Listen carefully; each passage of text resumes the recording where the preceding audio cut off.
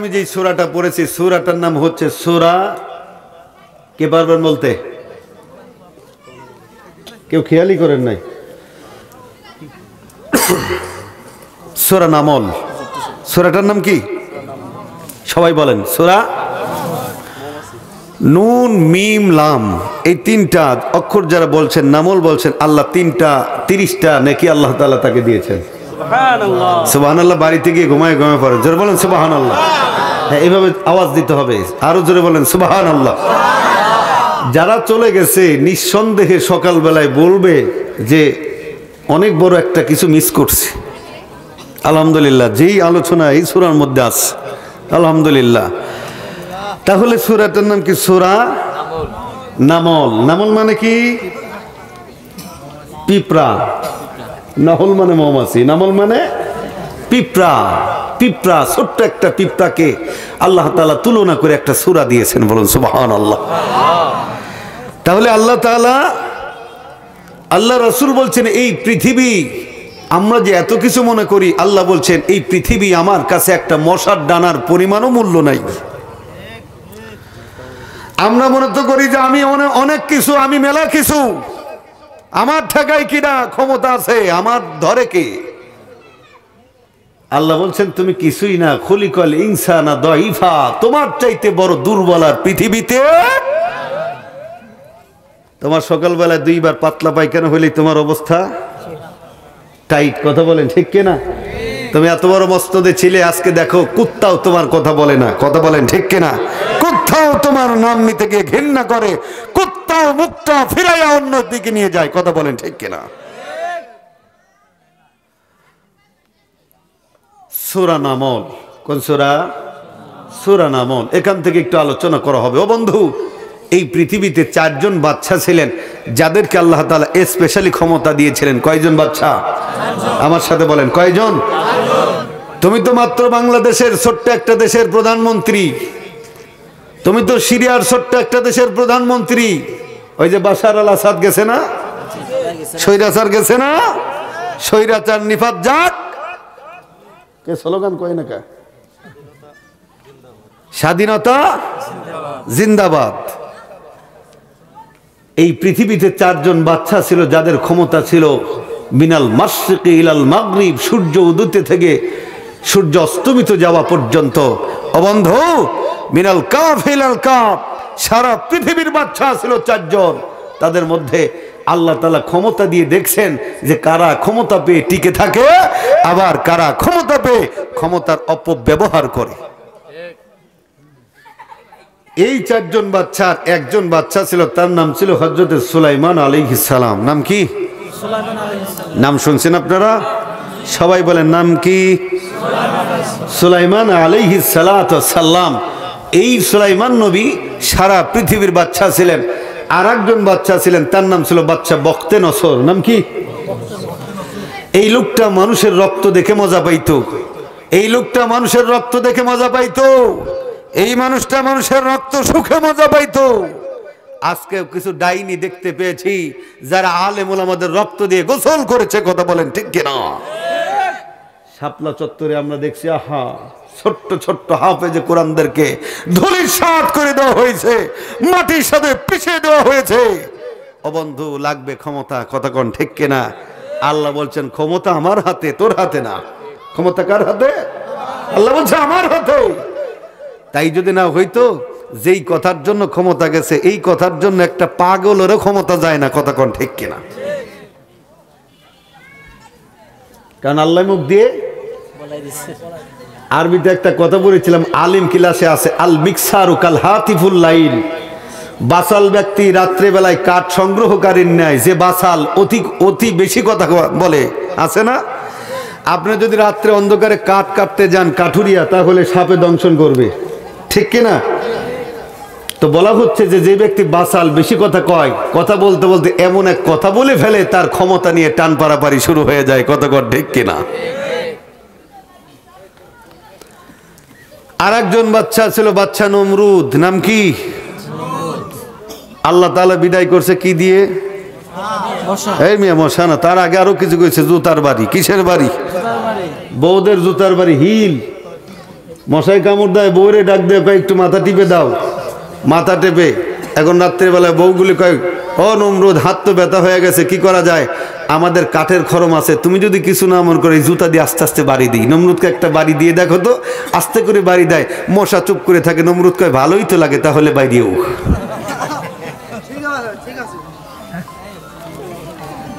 জুতা ছিঁড়ে গেছে, কয় আমরা আর থাকবো না, বাবার বাড়ির থেকে বেড়া আসে, যেইটা যায় আর আসে না, বউ আর আসে না।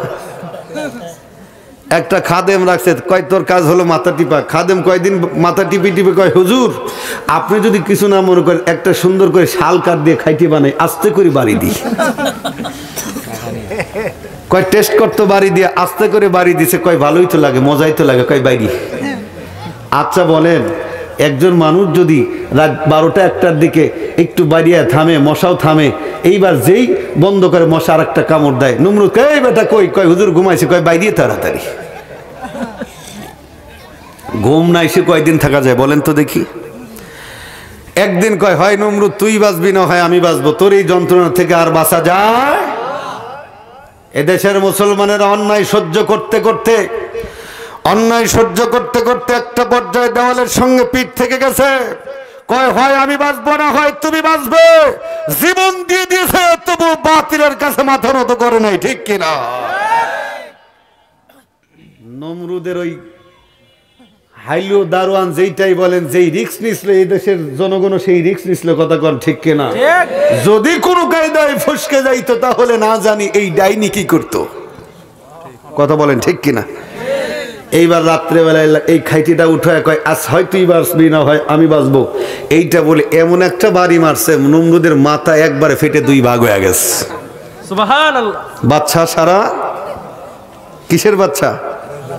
সারা পৃথিবীর বাচ্চা। মশা বের হয়ে কয়, আসসালামু আলাইকুম। নমরুদ যাই। আল্লাহ ক্ষমতা দিয়েছিলেন, ক্ষমতা পেয়ে আজকে আমরা দেখেছি, ক্ষমতা পেয়ে নমরুদের কাছে চলে যাচ্ছিল, কথা কন ঠিক কিনা? ক্ষমতা পেয়ে ফিরাউনের কাছে চলে যাচ্ছিল, কথা বলেন ঠিক কিনা? মানুষদেরকে গোলাম ভাবা শুরু করে দিয়েছিল, একটা পরিবার কেন্দ্রিক সারা বাংলাদেশ হয়ে গিয়েছিল। আপনি যেখানেই যান, যে এমপি যান, একটা প্রতিবেদন দেখেছিলাম ইলিয়াস ভাইয়ের, সারা বাংলাদেশের এমপি মন্ত্রী কোনো না কোনো ভাবে ওই পরিবারের আত্মীয়। বাঁচাইতে পারছে? কথা বলেন পারছে? আল্লাহ বলেন, আমি ধরি না, তবে ইন্না বাতশা রাব্বিকা লাশাদীদ, আমি আল্লাহ তাআলা ধরলে সেই ধরা আর ফসকে যায় না।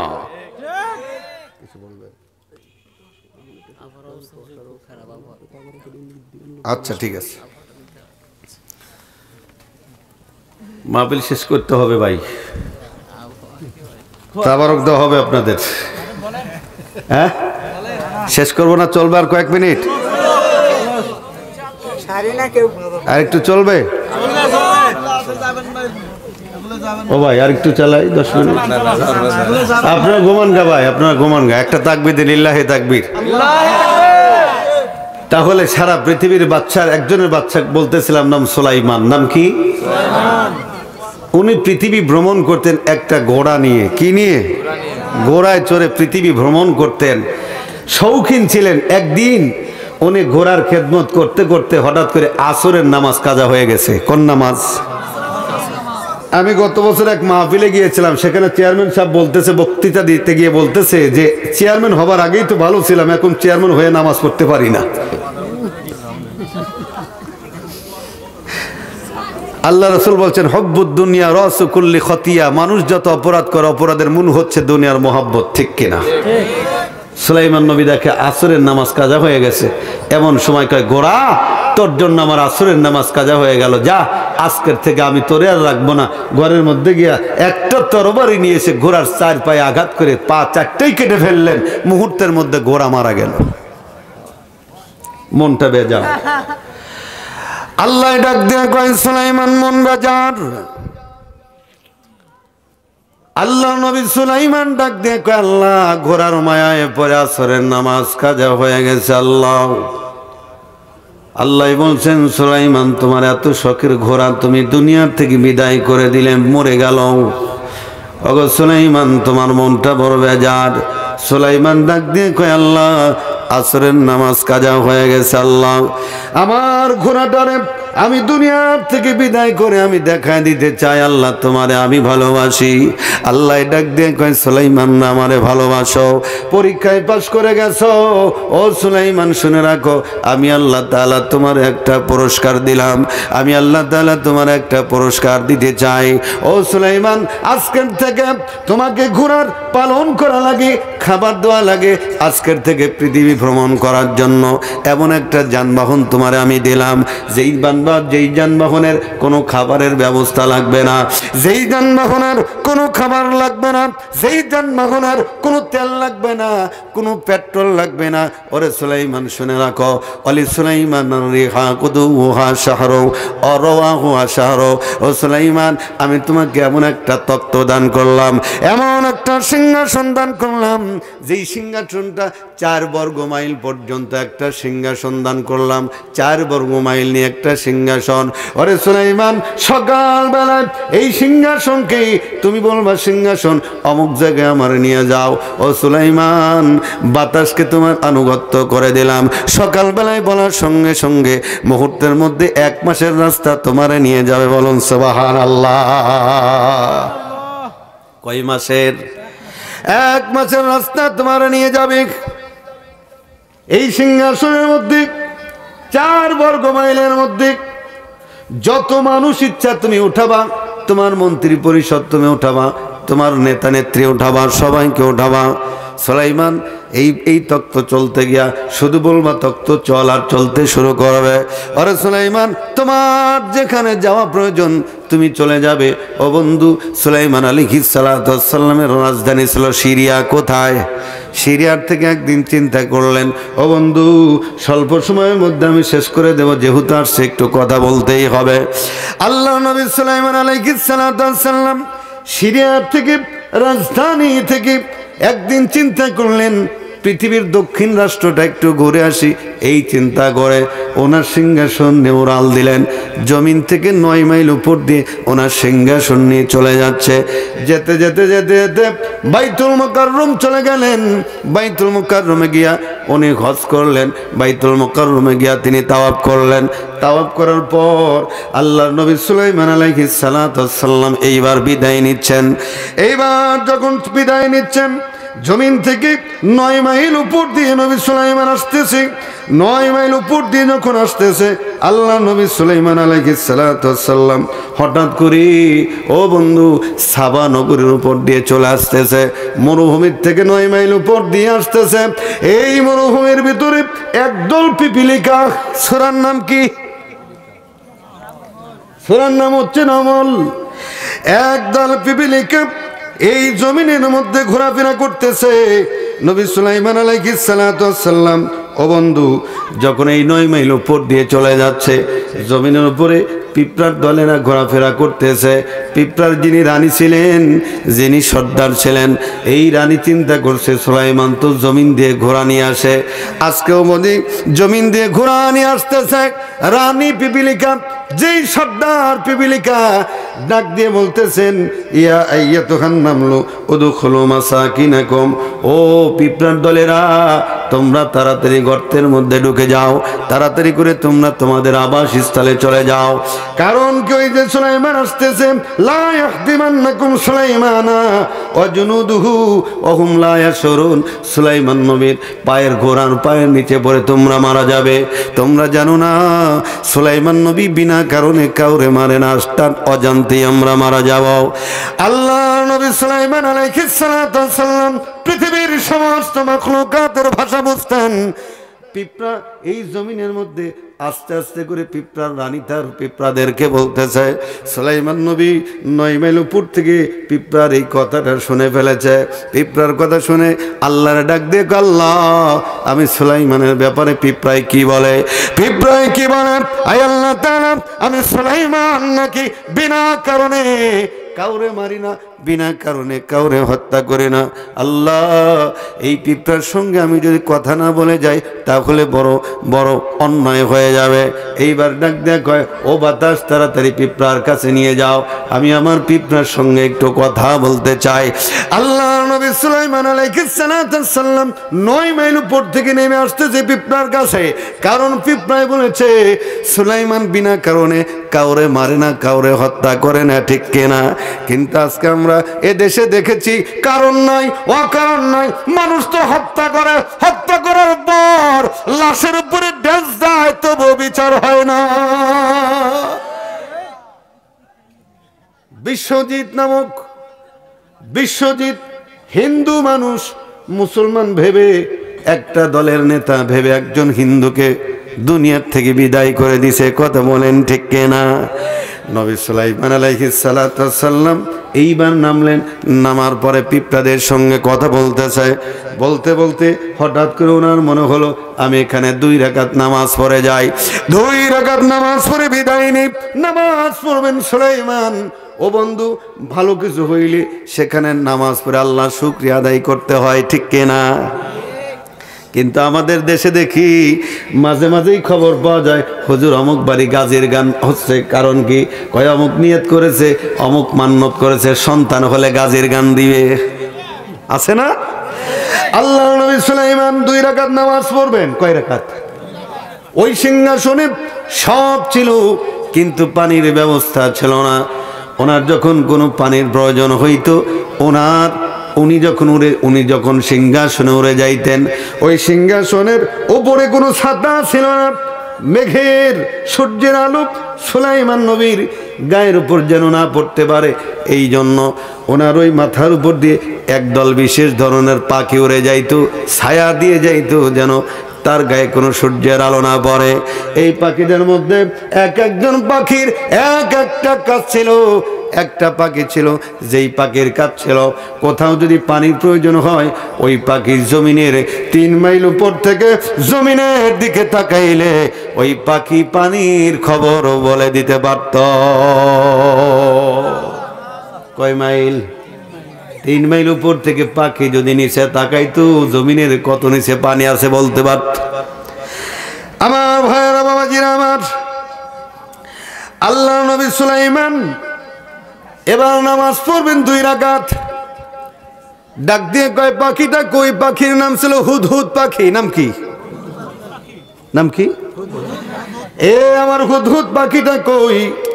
কিন্তু দেখে হুদহুদ পাখিটা কাছে নাই। অন্য পাখিদের ডাক দিয়ে কয়, হুদহুদ কই গেছে? কোথায় গেছে? সুলাইমান নবীর রাগ হয়ে গেল। পড়ুক। সুলাইমান নবীর রাগ হয়ে গেল। এবার বলতেছে, ও আমার পাখিরা শোনো, হুদহুদ পাখিরে যদি আমি পাই তাহলে 2টা কাজ করব। কয়টা? সবাই কোন কয়টা? 1 নম্বর কাজ হলো লাউআযিবান্নাহু আযাবান শাদীদা। 1 নম্বর কাজ হলো আমি তারে কঠিন শাস্তি দেব। আর 2 নম্বর কাজ হলো আও আযবাহান্নাহু আউলিয়াতিয়ান্নানি বিসুলতানিম মুবিন। আর 2 নম্বর কাজ হলো আমি সুলাইমান যদি রাগ আরো বেশি হয়ে যায়, পাখিটারে জবাই করে ফেলব। কাজ কয়টা? 1 নম্বরে কঠিন মার, 2 নম্বরে তারে জবাই করব। তবে একটা শর্ত, আও বিসুলতানিম মুবিন। কি জন্য গেছে আমার দরবারে আমার কাছ থেকে না বলে কি জন্য গেছে, এই কারণ যদি ঠিকভাবে দর্শাইতে না পারে, কারণ যদি না বলতে পারে, তাহলে কাজ কয়টা? সবাই কোন কয়টা? 1 নম্বরে কি? কঠিন মার কোন? 1 নম্বরে কি? 2 নম্বরে জবাই করে বোনা করে খেয়ে ফেলবো। কতক্ষণ ঠিক কিনা? আমার ভাইয়েরা, বাবাজিরা আমার, একটা পাখিকে বলা হলো যাও খবর নিয়ে আসো। এই পাখিটা ঈগল পাখি ছিল। এই পাখিটা চলে যাচ্ছে, অনেক দূরে গিয়ে দেখে সাবা নগরীর থেকে হুদহুদ পাখি উড়ে উড়ে চলে আসতেছে। ডাক দিয়ে কয়, হুদহুদ আজকে তোমার খবর আছে? কি হয়েছে? কয়, সুলাইমান তোমার 2টা কাজ করবে। একটা হয় কঠিন মার দিবে, অন্যতায় জবর জোরে কন এক হলো কঠিন মায়ের, অন্যতা এক হলো জবাই। চলো যাই ও বন্ধু, হুদহুদ পাখি এইবার এই পাখিটার সঙ্গে চলে আসলেন। আসার পরে এইবার তাকা দেখে সুলাইমান আলাইহিস সালাম মশাম নিয়ে বসে আছে। শরীরটা কেমন যেন গরম হয়ে গেছে, শরীরটা কেমন যেন লাল হয়ে গেছে, লাল হয়ে গেছে।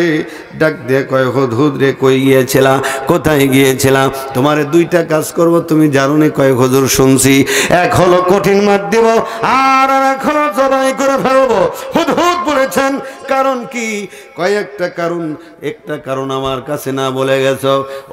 ও হুদহুদ, তুমি যদি যাবার কারণ যদি বলতে পারো, কি জন্য গেছো, আমার কাছ থেকে চলে গেছো না বলে, তাহলে তোমারে ছেড়ে দেব।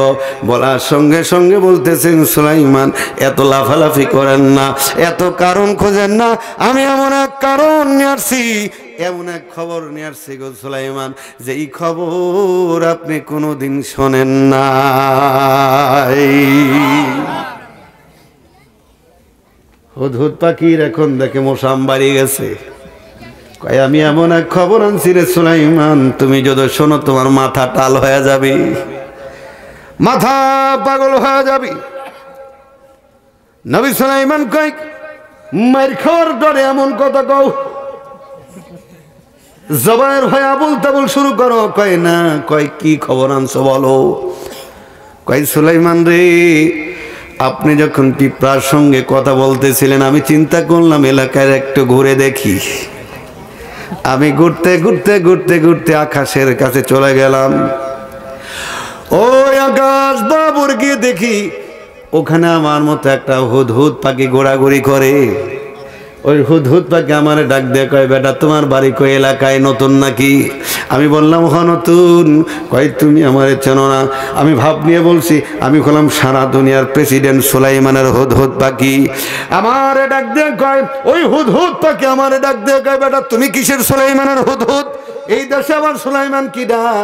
এই দেশে তো একটাই রানী আছে, একটাই বিলকিস আছে, এই দেশে তো একটাই ডাইনি আছে, এই ডাইনি ছাড়া কারো নাম বলা যাবে না। কথা কন ঠিক কেনা? এই দেশে একজন বিলকিস আছে, এই দেশে একজন রানী আছে, তুমি কি আমার রানীর খবর জানো? কয়, তোমার রানী আবার কেডা? কয়, আমার একটা রানী আছে, যেই রানীর এত বড় সৌন্দর্য চেহারা, যার চেহারার মতো সারা দুনিয়ায় কোনো রানী নাই, সারা দুনিয়ায় কোনো মেয়ে নাই, সারা দুনিয়ায় কোনো কন্যা নাই। ও যুবক খুব খেয়াল করে শোনো, ও যুবক খুব খেয়াল করে শোনো, যেই রানী, এত সুন্দর রানী, যার মতো দুনিয়াতে আর কোনো সৌন্দর্য নাই, ওয়ালাহার সুনাজিম, তার একটা সিংহাসন আছে, বিশাল বড় সিংহাসন। এই সিংহাসনে তিনি বসেন। তার একটা রাজ্য আছে, তার রাজ্যে ফলমূল দিয়ে একবারে ভরপুর। তাফসীরের মধ্যে আসছে, রানী বিলকিসের একটা আমের বাগান ছিল, যে আমের বাগানের এক প্রান্ত থেকে কেউ যদি একটা ঝুড়ি নিয়া, খালি ঝুড়ি নিয়া বাগানের এপার থেকে ওপারে যাইতো, পোড়া ঝুড়ি ভরে যাইতো।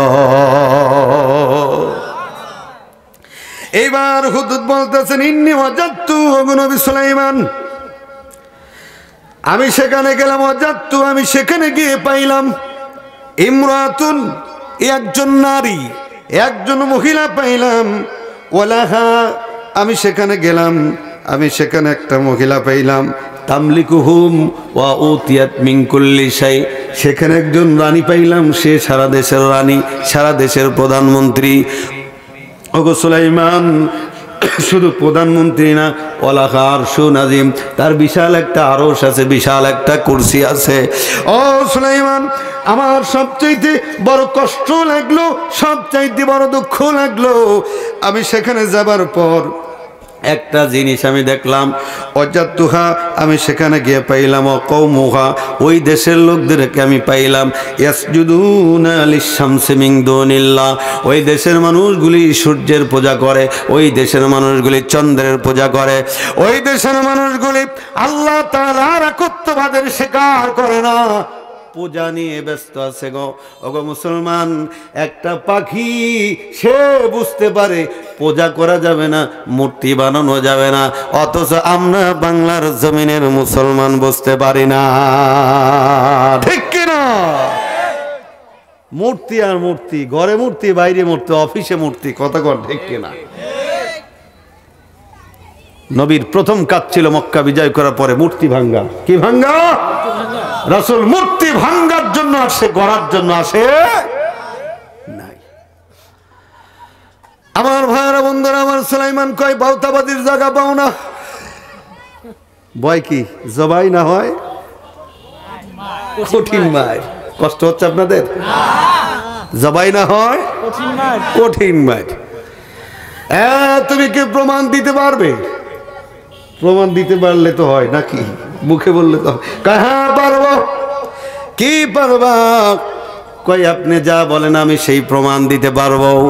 কয় ঠিক আছে, ওই রানীর কাছে আমি একখানা চিঠি দেব, এই চিঠিটা নিয়ে ওই রানীর কাছে যদি পৌঁছায় দিতে পারো, এই চিঠি পাওয়ার পর রানী কি বলে, ওই বিলকিস কি বলে, এইটা যদি আমারে জানাইতে পারো তাহলে বুঝে নেব তুমি সত্যই বলছো।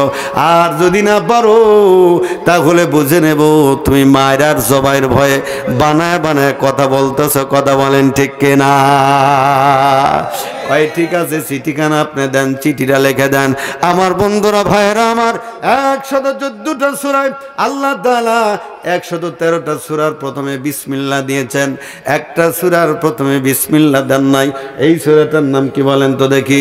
সূরা তাওবার প্রথমে বিসমিল্লাহ দেন নাই, কিন্তু এই সূরার মধ্যে সূরা ইন্নাহু মিন সুলাইমান ওয়া ইন্নাহু বিসমিল্লাহির রহমানির রহিম। সুলাইমান নবী রানী বিলকিসের কাছে চিঠি লিখতেছেন, ইন্নাহু মিন সুলাইমান ওয়া ইন্নাহু বিসমিল্লাহির রহমানির রহিম। এই যে একটা বিসমিল্লাহ দিয়ে 114 হয়ে গেল। কথা বলেন ঠিক কিনা? এই যে চিঠি লিখে দিয়ে কয় যাও, চলে যাও, রানী বিলকিসের কাছে চিঠিটা নিয়ে চলে যাও। এইবার হুদহুদ সাবানগরীতে চলে গেল চিঠিখানা নিয়া। রানী বিলকিসের কাছে চিঠিটা দেবার কথা। কেমনে দিবে?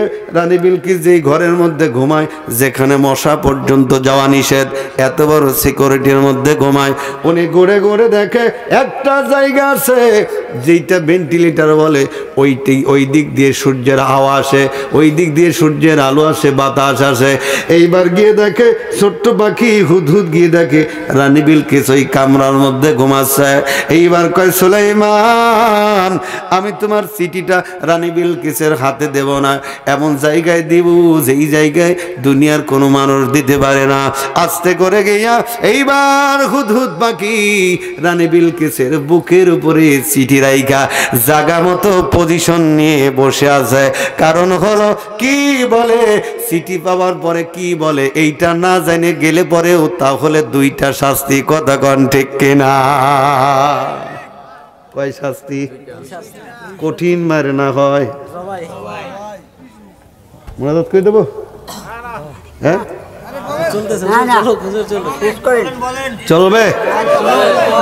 আপনি কি কোন চলবে?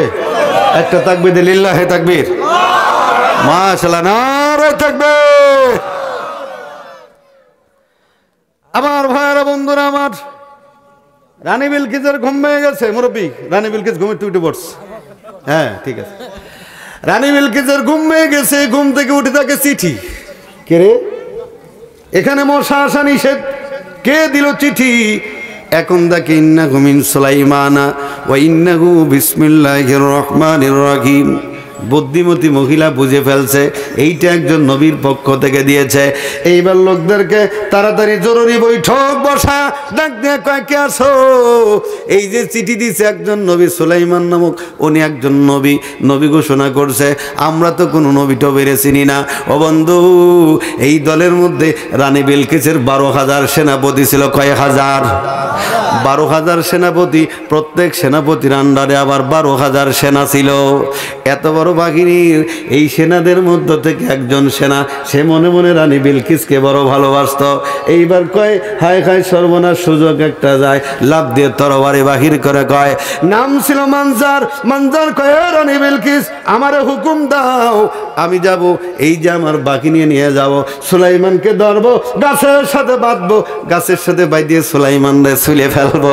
রানী বিলকিস কয় আর বাউতাবাজির জায়গা পাও না, তুমি সুলাইমানকে ছুলে ফেলতে পারো। সুলাইমানের দূত এসে, বার্তাবাহক এসে চিঠি আমার বুকের উপরে দিয়ে যায়, এইটা দরবার পারো না।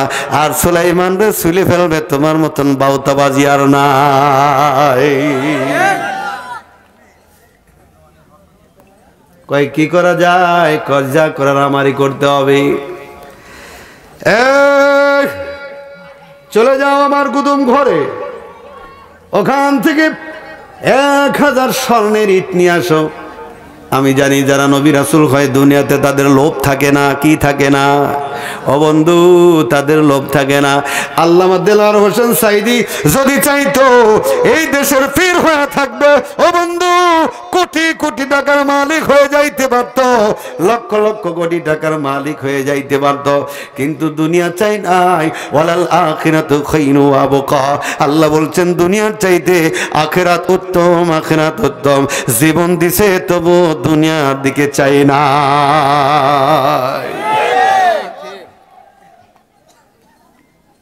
এ বন্ধু, এইবার ডাক দিয়ে কয়, নিজের কাছ থেকে একটা পাথর বের করে ডাক দিয়ে কয়, যে একটা পাথর দিয়ে দিলাম আর 1000 স্বর্ণের ইট। কয় সুলাইমান যদি সত্যই নবী হয়, এই পাথরের মধ্যে আজ পর্যন্ত কেউ সুতা ঢোকাইতে পারে নাই। এই পাথরটা আমার বাবা সারাহিল আমাকে দিয়েছেন, কেউ সুতা ঢোকাইতে পারে নাই। দুই পাশে 2টা ছিদ্র আছে, কেউ পারে নাই। সে যদি নবী হয় তাহলে তারে বলবা সে যেন এই পাথরের মধ্যে সুতা ঢোকায়া দেয়। যদি সুতা ঢোকাইতে না পারে, আর যদি 1000 ইট গ্রহণ করে, তাহলে বুঝে নেব এইটা হলো দুনিয়ার পাগল। কম দিলে বোঝে না, বেশি দিলে বোঝে না, কম দিলে বোঝে। কথা কোন ঠিক কিনা? এর সঙ্গে যুদ্ধ হবে, এর সঙ্গে আমরা যুদ্ধ হব, যুদ্ধ করব মানজারের নেতৃত্বে। এইবার বন্ধু মানজারের নেতৃত্বে এইবার দিয়ে দিলেন, মানজারের নেতৃত্বে 1000 স্বর্ণের ইট আর একটা পাথর দিয়ে বললেন মানজার চলে যাও। ও বন্ধু এইবার হুদহুদ পাখি কয় আর থাকা যায় না, তাড়াতাড়ি যাই খবর দিই। ও বন্ধু হুদহুদ পাখি গিয়া কয় সুলাইমান তোমার রানী বিলকিস 1000 স্বর্ণের ইট দিয়া তোমারে পরীক্ষার জন্য পাঠাচ্ছে, আর একটা পাথর দিয়া পরীক্ষা করার জন্য পাঠাচ্ছে। তার বড় ইচ্ছা এই পাথরটা গলায় নিবে, মালা বানাবে, কিন্তু কেউ সুতা ঢোকাইতে পারে না। ও বন্ধু বলার সঙ্গে সঙ্গে সুলাইমান ডাক দিয়ে কয়, ও আমার জিনের বাহিনী কোথায়? হুজুর লাব্বাইক, হুজুর লাব্বাইক। কি করতে হবে? কয় 1000 ইট আনতেছে। এই মুহূর্তে আমি ঘোষণা করে দিলাম তোমরা আমার রাজপ্রাসাদ থেকে 3 মাইল একটা রাস্তা বানাবা। এই 3 মাইল রাস্তার প্রত্যেকটা ইট যেন সোনার হয়। আর জোরে কোন আল্লাহু আকবার। আনতেছে কয় হাজার, এখন রাস্তা বানাচ্ছে কয় মাইল? 3 মাইল। এই রাস্তা বানাবা সোনার ইট দিয়া। খবরদার একখানা যেন 2 নম্বরে না হয়, 22 ক্যারেটের সোনা দিয়া বানাবা। শুধু তাই নয়, এই রাস্তার পাশে পাশে একটু দূর যাওয়ার পরে যাত্রী ছাউনি বানাবা। এই যাত্রী ছাউনিটাও সোনার দিয়ে বানাবা। বলুন সুবহানাল্লাহ। মাঝে মাঝে যাবা, মাঝে মাঝে গিয়া কিছু ফুলের টব রাখবা, ফুল সাজায় রাখবা। সেই ফুলের টবটাও তোমরা স্বর্ণ দিয়ে বানাবা। এরা আমার বাকিনি শোনো, এরপরে তোমরা মাঝে মাঝে কিছু গাধা বেঁধে রাখবা, কিছু গরু বেঁধে রাখবা। এই গরুর যে খাবার দেয় গোড়া, এই গোড়াটাও স্বর্ণ দিয়ে বানাবা। বলুন সুবহানাল্লাহ। শুধু তাই নয়, ওই গরু যেখানে প্রসাব করে দেয়, যেখানে পায়খানা করে দেয়, এই পিছনে একটা সুন্দর একটা পাত্র বানাবা, এইটাও সোনার। আবার নিচে যেইটা বানাবা সেইটাও সোনার। তবে সাবধান, পুরা 3 মাইলের রাস্তা তোমরা কাভার করবা না। এই 3 মাইলের মাথায় গিয়া একটু রাস্তা তোমরা বাকি রাখবা, একটু রাস্তা তোমরা কমতি রাখবা, এইটা পূর্ণ করবা না। ও বন্ধু রাস্তা হয়ে গেল, মানজার 1000 ইট নিয়ে আসতেছে। এদিক কয় মাইল রাস্তা? টাইম তো নাই মিয়া, ওয়াজ করবো কি? আমার 9টা দেওয়ার কথা দিছে, 10টায় মিস্টেক হয় নাই তো? অনেক আগের থেকে কালেকশনের কথা বলছো, অনেক আগে আসছে যে কালেকশনে 7:30 আসছে। আমার ভাইরা খুব খেয়াল, মানজার চলে আসলো। এইবার রাস্তায় উঠে গেছে কয় হাজার ইট। আর জোরে কর, কয় হাজার? 1000 ইট নিয়ে রাস্তায় উঠে গেছে। একটু দূরে আসার পর এইবার ওই দলের মধ্যে একজন স্বর্ণকার ছিল। কি ছিল? যাক স্বর্ণকার দেখবেন চকচক করলে সেইটা দেখে যে এইটা কি দেখা যায়, কথা কোন ঠিক কিনা? স্বর্ণকার আস্তে করে দেখে হাই হাই সর্বনাশ, আমরাও যে ইট নিচে রাস্তাও তো একই কালারের ইট দেখা যায়, একটু টেস্ট করে দেখি। এখন টেস্ট করে দেখে এই যে 3 মাইলের রাস্তার এইবার ইটগুলি লক্ষ্য করে দেখে এই ইটটা আমরা যে ইট নিচ্ছি এই ইটের চাইতে হাজারো গুণ মানের স্বর্ণ। বলুন সুবহানাল্লাহ।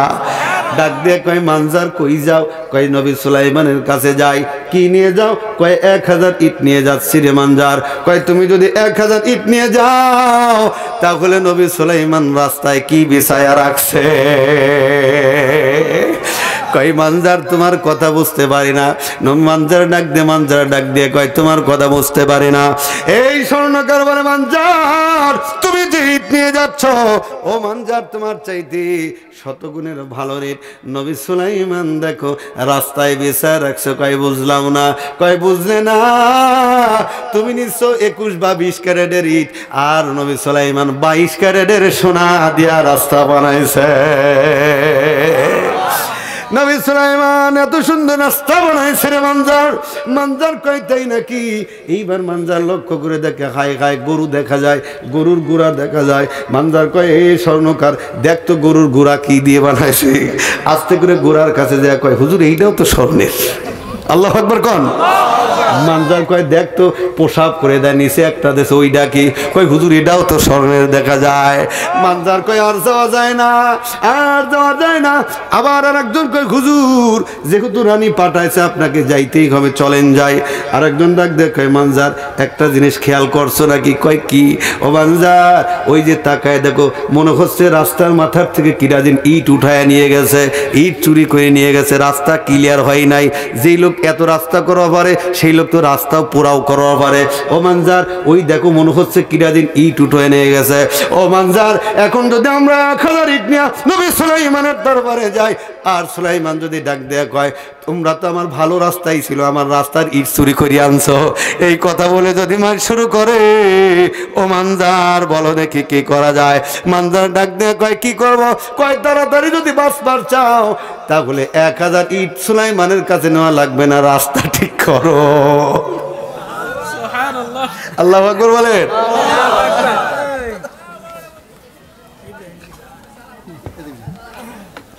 কেউ চলবে?